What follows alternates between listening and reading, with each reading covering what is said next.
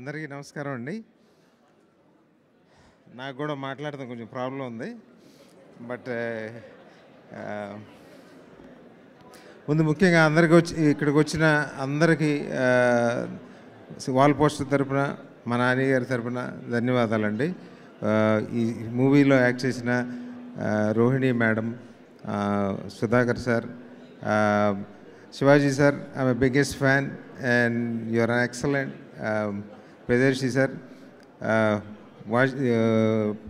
మీ Balagam cinema చూసిన కాడి నుంచి biggest fan, saw so many times. ఇక మ్యూజిక్ డైరెక్టర్ గారి దగ్గరికి తర్వాత వస్తానండి. ఎందుకంటే మా శ్యామసింగరాయలో మేము ఇప్పుడే శ్యామసింగరాయలో మేము కావాలని శాస్త్రి గారితో 6 నెలలు కష్టపడి 2 పాటలు రాయించుకున్నాం. ఒక లాస్ట్ పాట కోసం మేము లాస్ట్ మినిట్ దాకా వెయిట్ చేసాం. అదే సిరివెన్నెల.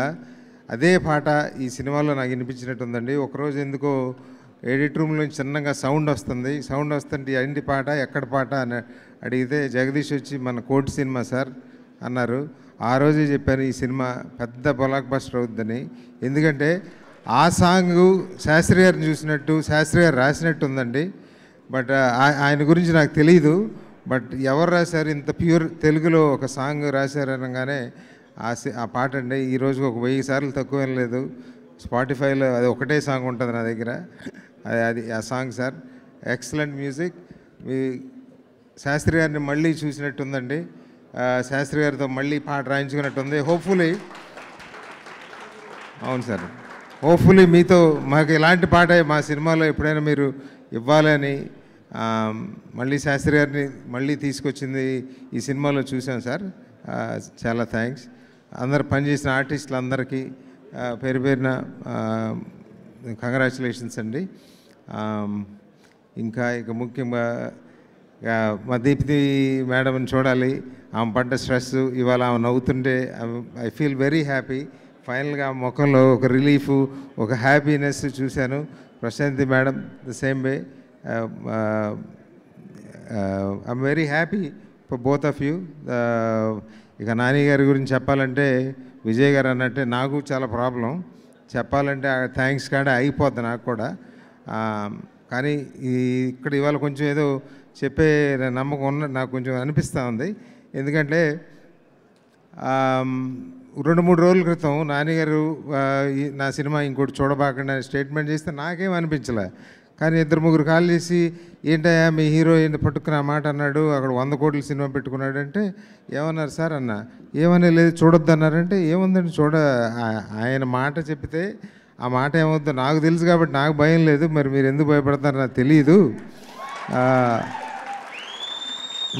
ఇదే మాట శాంసంగ్ రాయ్ ఎడిట్ షూట్లో చూసి వచ్చాక ఆయన అదే చెప్పారండి నాకు. కిందకి నడుచుకొని వెళ్తా సార్ అంటే సినిమా మోసం చేయదు వెంకట గారు, సినిమా ఈజ్ ఎక్సలెంట్ అన్నాడు. నేను సినిమా చూడలేదండి, ఏ రోజు ఎడిట్ షూట్లోకి వెళ్ళలేదు.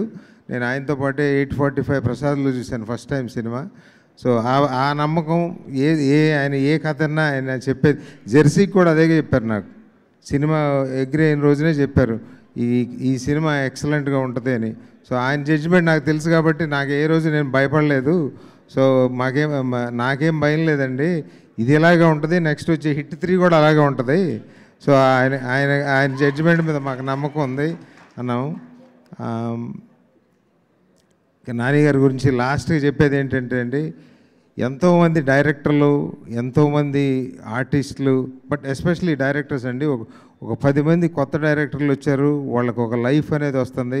లైఫ్ అంటే వాళ్ళ ఫ్యామిలీలు ఇదివరకే ఉన్నాయి, డబ్బులు ఉండొచ్చు, ఏముండొచ్చు, కానీ సినిమా తీయగలనే ధైర్యం, ఆయనతో సినిమా చేసి హిట్ ఇవ్వటం, వాళ్ళు పెద్ద పెద్ద డైరెక్టర్లు అవ్వటం, వాళ్ళందరికీ ఒక లైఫ్.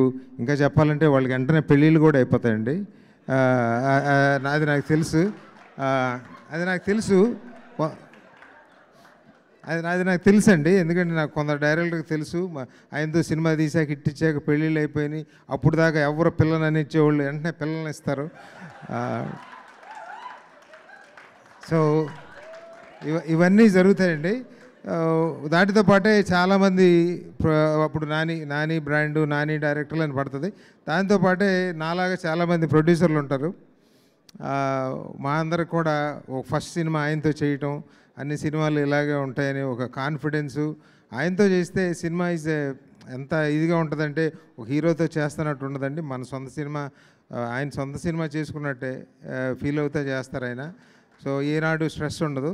అలాగే ప్రొడ్యూసర్లకు కూడా ఒక హిట్ అనేది వస్తుంది, దాంతో కాన్ఫిడెన్స్ వస్తుంది, దాంతో ఒక బ్యానర్ వస్తుంది, దానికి ఒక గుడ్ విల్ వస్తుంది. ఇవన్నీ ఆయనతోనే సాధ్యం. అందుకనే sir, not only the directors, మాలాంటి ప్రొడ్యూసర్లు కూడా చాలామంది తయారయ్యారు మీ వల్ల. సో వాళ్ళు సో ఇండస్ట్రీకి అన్ని విధాల ఆయన లాంటి హీరోలు ఉండాలి. కొత్త కొత్త వాళ్ళని, కొత్త హీరోల్ని, కొత్త డైరెక్టర్ని, కొత్త ప్రొడ్యూసర్ని ఇంట్రడ్యూస్ చేస్తా 4 కాలాలు మీరు ఇలాగే ఉండి మంచి ప్రతి సంవత్సరం ఒక వాల్ పోస్ట్ నుంచి ఒక సినిమా రావాలని నేను కోరుకుంటాను అండి. ఎందుకంటే it's going to be a nice movie. So thank you so much. Thank you sir.